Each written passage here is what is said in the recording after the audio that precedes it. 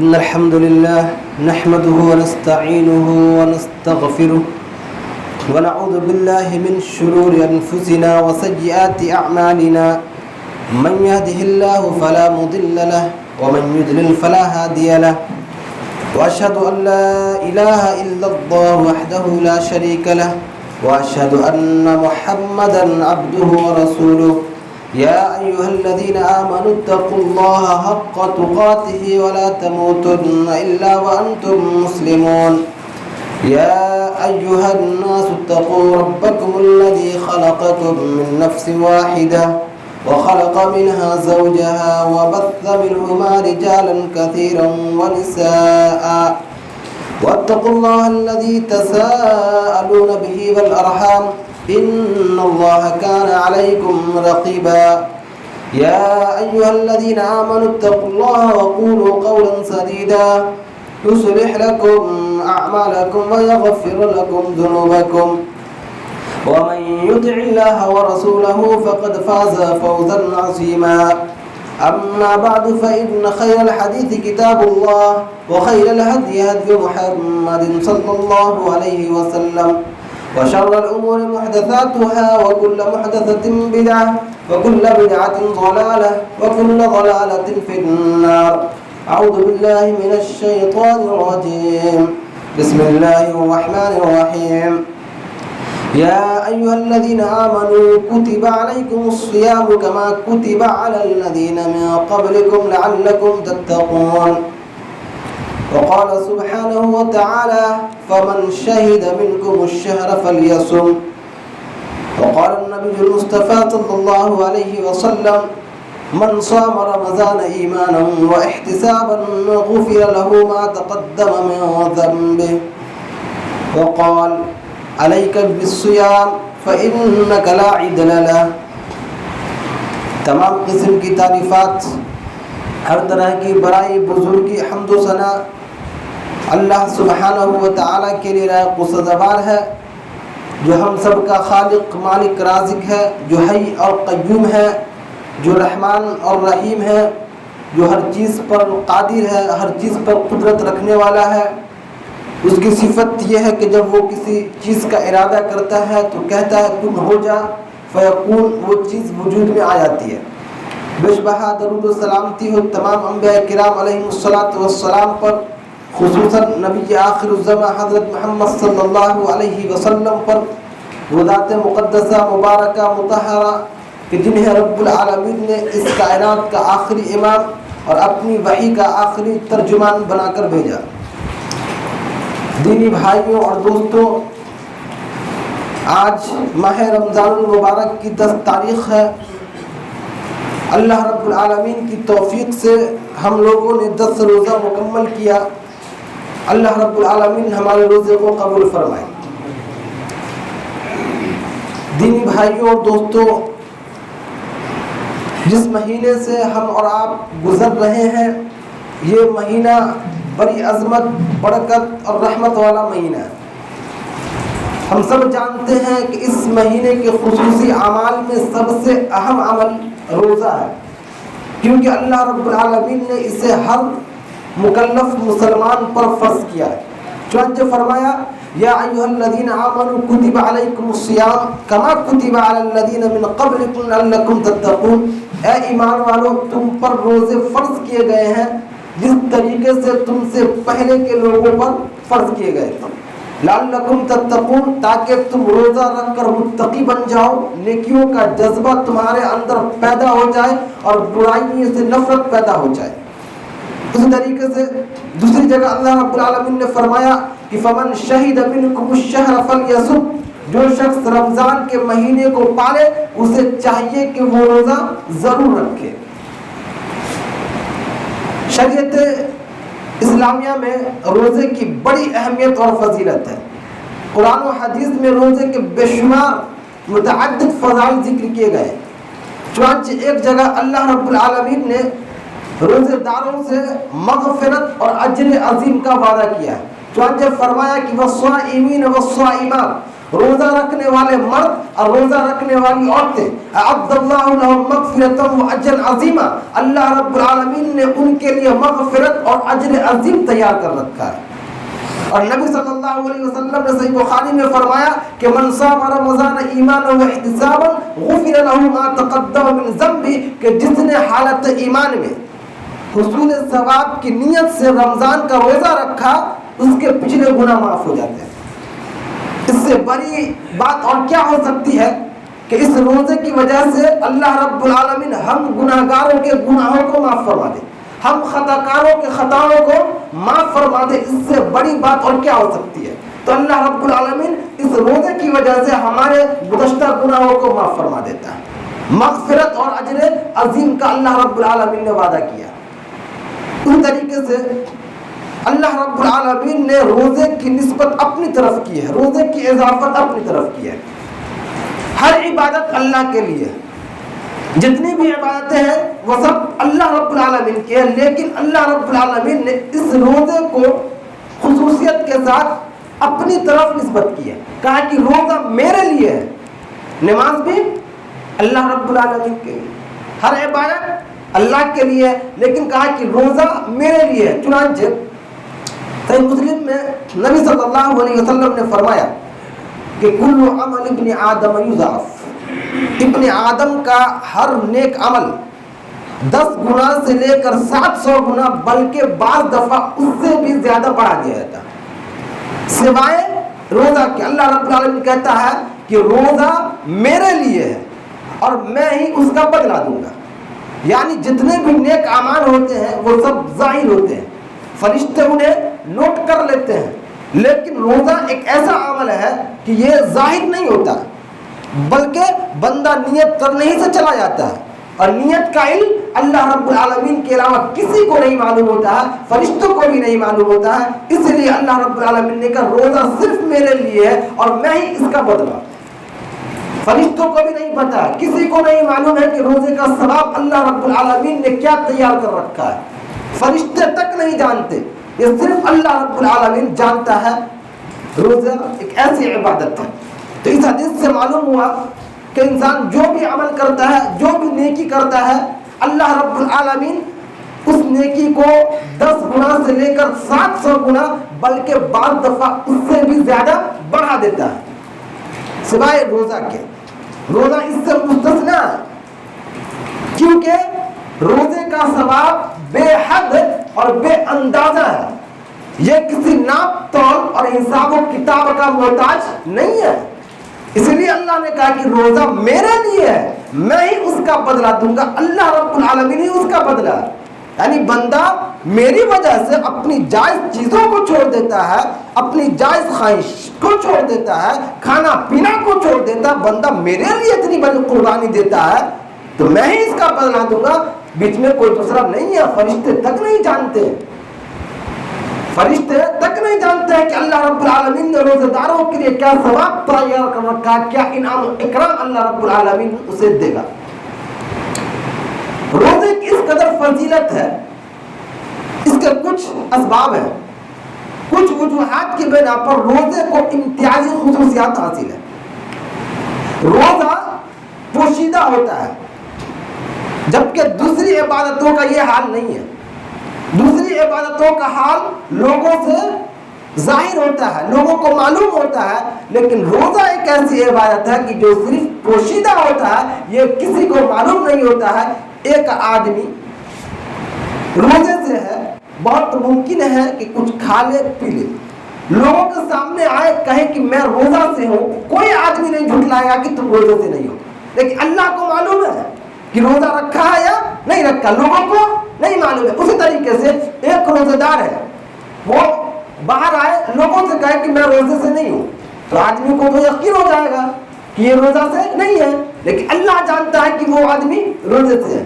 تو یہ روزہ اللہ اور صرف بندے کے درمیان رہتا ہے، بیچ میں کسی دوسرے کا دخل نہیں ہوتا ہے، یہ عمل ظاہر نہیں ہوتا ہے۔ اسی طریقے سے روزے میں نفس کشی، مشقت اور جسم کو صبر اور برداشت کی بھٹی سے گزرنا پڑتا ہے، بھوک اور پیاس کی شدت کو برداشت کرنا پڑتا ہے، دیگر خواہشات نفسانی پر صبر کرنا پڑتا ہے، اتنی مشقت کسی اور عبادت میں نہیں ہے، اتنی مشقت کسی اور عبادت میں نہیں ہے۔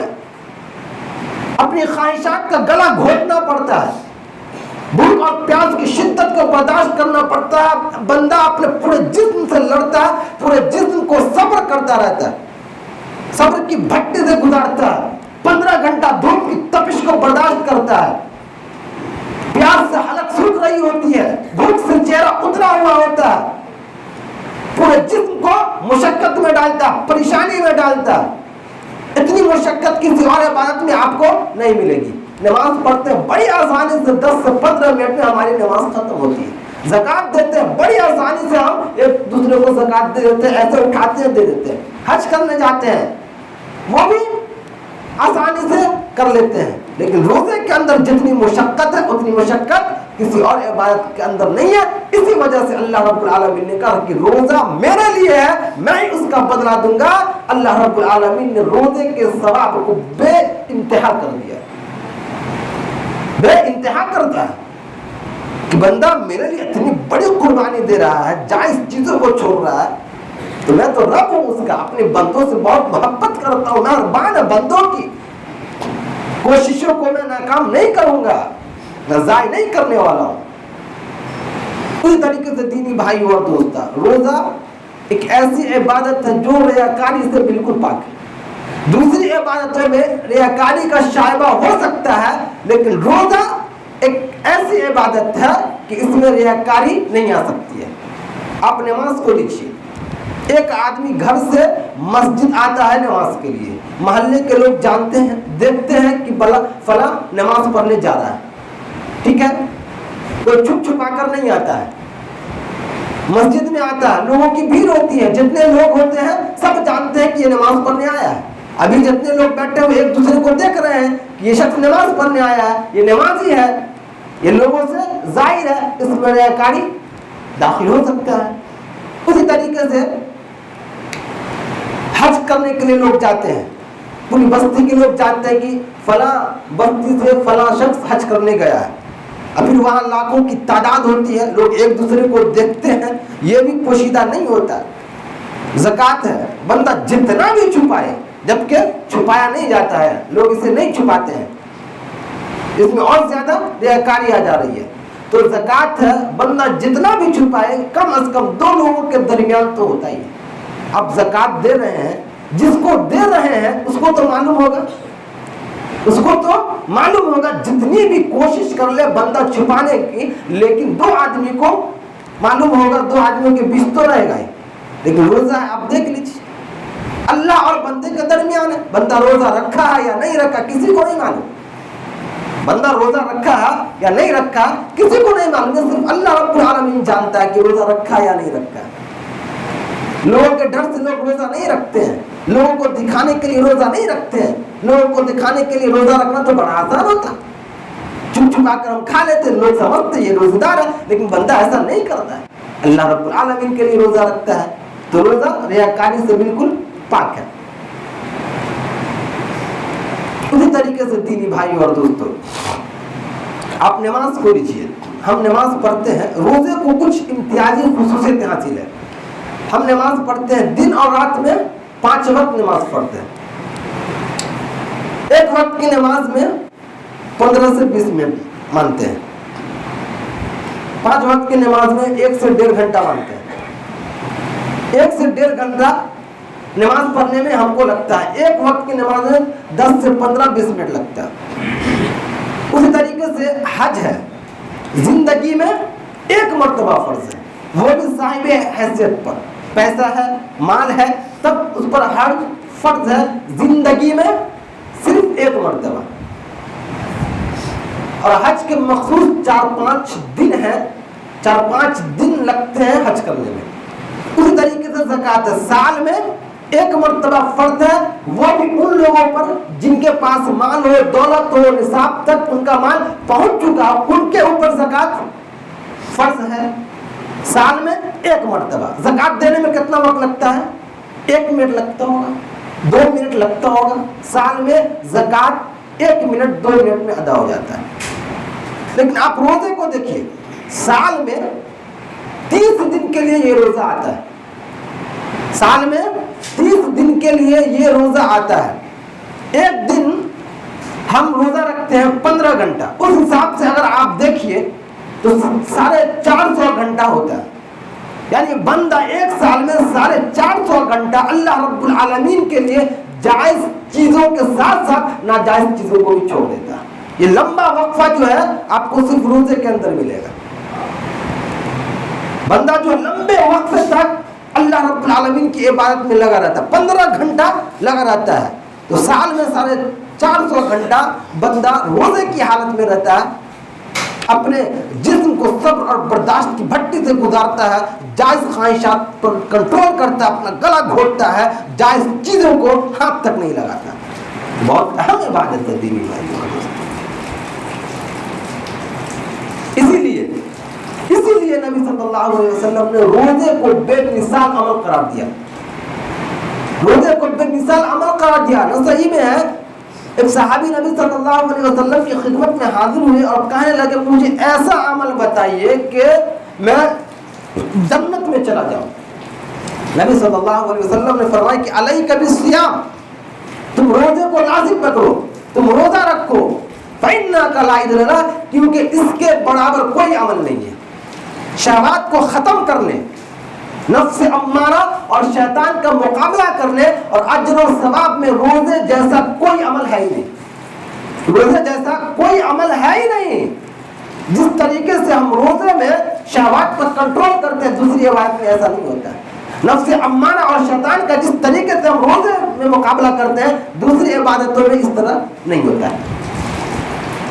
اسی لیے نبی صلی اللہ علیہ وسلم نے فرمایا کہ روزہ جو ہے بندے کو گناہوں سے روکتا ہے، شہوات سے بچاتا ہے، اور اسی طریقے سے جہنم سے دور رکھتا ہے، جہنم سے بچاتا ہے۔ نسائی میں نبی صلی اللہ علیہ وسلم نے فرمایا کہ الصیام جنہ، کہ روزہ ڈھال ہے، جیسا کہ تم میں سے کوئی شخص جنگ کے لیے ڈھال لیتا ہے، اسی طریقے سے یہ روزہ جو ہے جہنم کی آگ سے ڈھال ہے، جہنم کی آگ میں روزہ کو نہیں جانے دے گا، روزہ دار بندہ نہیں چاہے گا۔ دینی بھائیوں اور دوستوں، تو روزے کی بے شمار فضیلتیں ہیں، بڑی اہمیت قرآن و حدیث میں آئی ہے۔ اب دیکھیں کہ اللہ رب العالمین اپنے روزے دار بندوں سے کتنا محبت کرتا ہے۔ نبی صلی اللہ علیہ وسلم نے فرمایا صحیح بخاری اور مسلم میں کہ والذی نفس محمد بیدی لخلوف فم الصائم، قسم ہے اس ذات پاک کی جس کے ہاتھ میں میری جان ہے، روزے دار کے منہ کی بو اللہ رب العالمین کے نزدیک کستوری سے بھی زیادہ اچھی ہے۔ پیٹ کے خالی ہونے کی وجہ سے، معدے کے خالی ہونے کی وجہ سے جس منہ سے ایک عجیب بو نکلتی ہے جو عام حالات سے الگ ہوتی ہے، تو یہ بو ایسی ہوتی ہے کہ خود روزے دار ناپسند کرتا ہے۔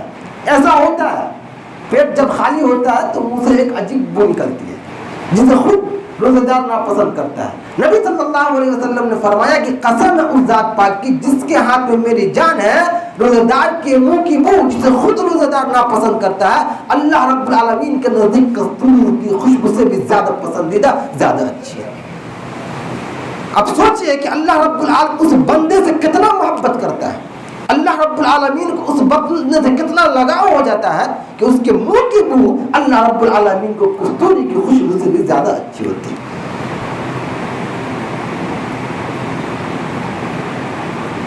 اور نبی صلی اللہ علیہ وسلم نے فرمایا صحیح بخاری اور مسلم میں کہ للصائم فرحتان، روزے دار کے لیے دو بڑی خوشی ہے۔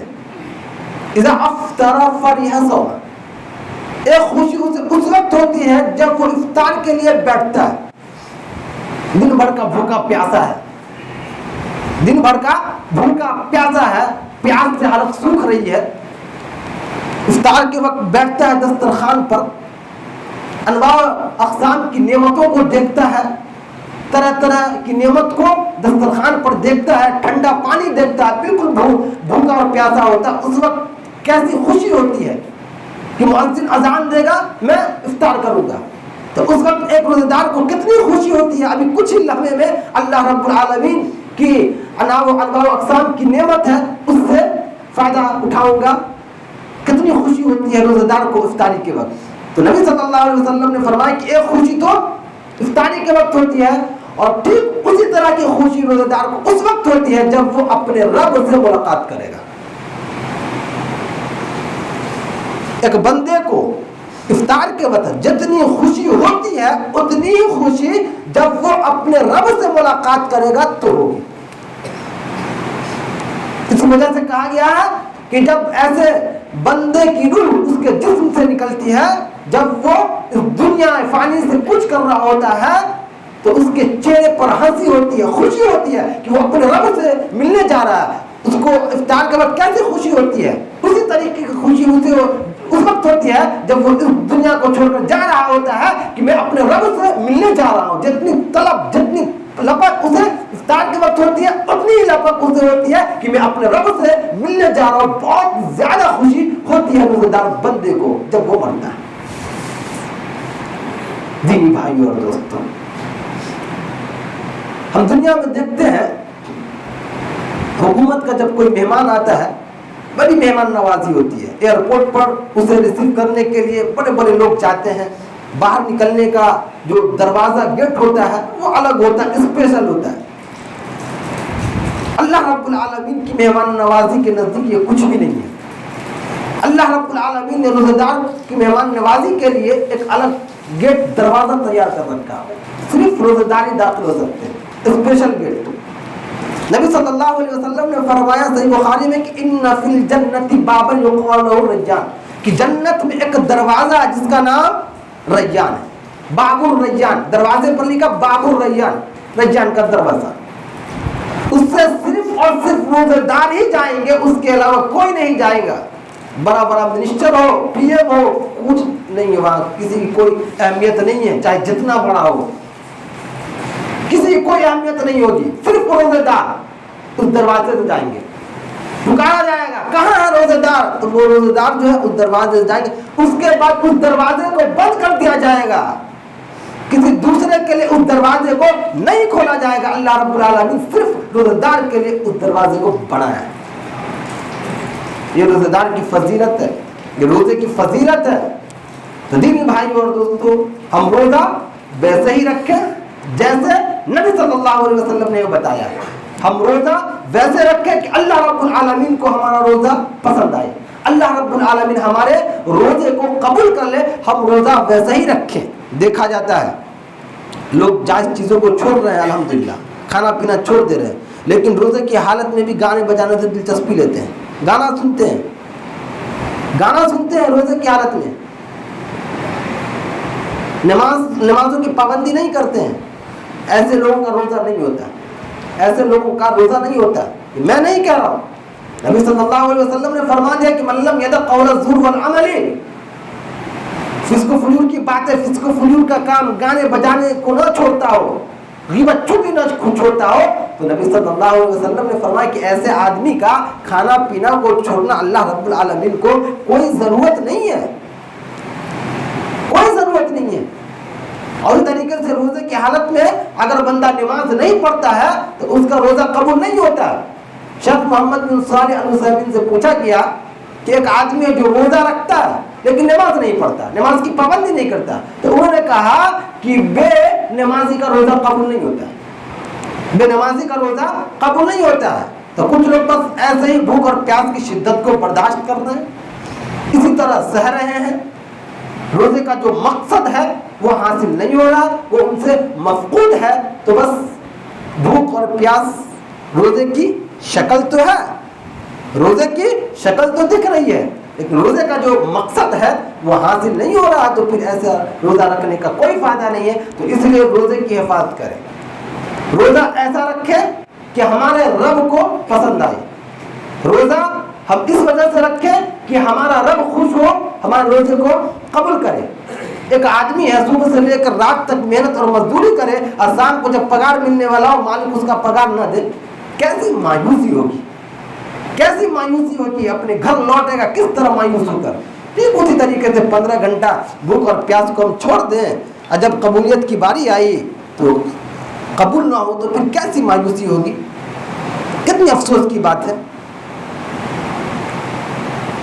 تو برباد نہ کریں، برباد نہ کریں، روزے کی حفاظت کریں، روزہ رکھیں تو نمازوں کی پابندی کریں، قرآن مجید سے دلچسپی لے، قرآن مجید کی تلاوت کریں، ذکر و تلاوت دعا و استغفار میں اپنا قیمتی وقت لگائیں۔ ہم جانتے ہیں کہ یہ مہینہ جہاں مہینہ صیام ہے وہی مہینہ قرآن ہے، یا قرآن کا مہینہ ہے، تو روزہ رکھ کر بندہ خود قرآن کی تلاوت کرے، نمازوں کی پابندی کرے، نوافل پہ نوافل اپنا پڑھتا رہے، اس طریقے سے اس کا وقت اچھی چیزوں میں عبادتوں میں گزرے گا، دوسری چیزوں کا اسے وقت نہیں ملے گا، گناہوں سے بچتا رہے گا، اس طریقے سے اس کے دل میں تقویٰ پیدا ہوتا رہے گا۔ تو اس لیے دینی بھائیوں اور دوستوں، ضرورت اس بات کی ہے کہ ہم روزے کی اہمیت کو سمجھیں، اور اللہ رب العالمین نے ماہ رمضان کی شکل میں جو ہمیں ایک عظیم ہدیہ اور تحفہ دیا ہے، ہم اس کی قدر کریں، ایک ایک لمحے کی قدر کریں۔ آپ یقین جانیں ہرگز یہ مہینہ اس لائق نہیں ہے کہ آپ اس کے ایک لمحے کو بھی ضائع کر دیں، ایک سیکنڈ بھی اس مہینے کا ایسا نہیں ہے کہ آپ اس کو ضائع کر دیں۔ اگر کوئی بندہ ایک لمحہ بھی اس مہینے کو ضائع کرتا ہے تو وہ بہت افسوس کرے گا، اور سب سے بڑا بد نصیب وہ ہے جو اس مہینے کو پائے اور اسی طریقے سے غفلتوں میں گزار دے، کوتاہیوں کے نظر کر دے، سب سے بڑا بد نصیب وہ ہے۔ لہذا بد نصیب نہ بنے، خوش نصیب بنے، اللہ کے محبوب اور پیارے بن جائے، اللہ رب العالمین کی جنت کو اس رمضان میں حاصل کر لے، رمضان ایسا گزارے کہ اللہ رب العالمین ہمیں یہ نعمت بار بار دے، ہم سے خوش ہو کر اور ہماری جنت میں مہمان نوازی کرے۔ اللہ رب العالمین سے دعا ہے کہ اللہ رب العالمین ہم تمام لوگوں کو کہنے سننے سے زیادہ اس پر عمل کرنے کی توفیق عطا فرمائے۔ اللہ رب العالمین ہم تمام لوگوں کو توفیق دے کہ ہم روزے کی حفاظت کریں، اس مہینے کی ایک ایک لمحے کی قدر و قیمت کو پہچانیں اور اس سے عبادت میں گزاریں۔ اللہ رب العالمین ہمارے روزے کو قبول کرے، ہماری نماز کو قبول کرے، اللہ رب العالمین ہمارے تلاوت قرآن پاک کو قبول کرے، اللہ رب العالمین ہم جو کچھ بھی نیکی کرتے ہیں اللہ رب العالمین تو اسے قبول کر لے، اور ہم سے جو بھی روزے میں کوتاہی ہو رہی ہے اللہ تو معاف کرنے والا ہے، تو معاف کر دے، درگزر فرما دے۔ آمین وآخر دعوانا ان الحمد للہ رب العالمین۔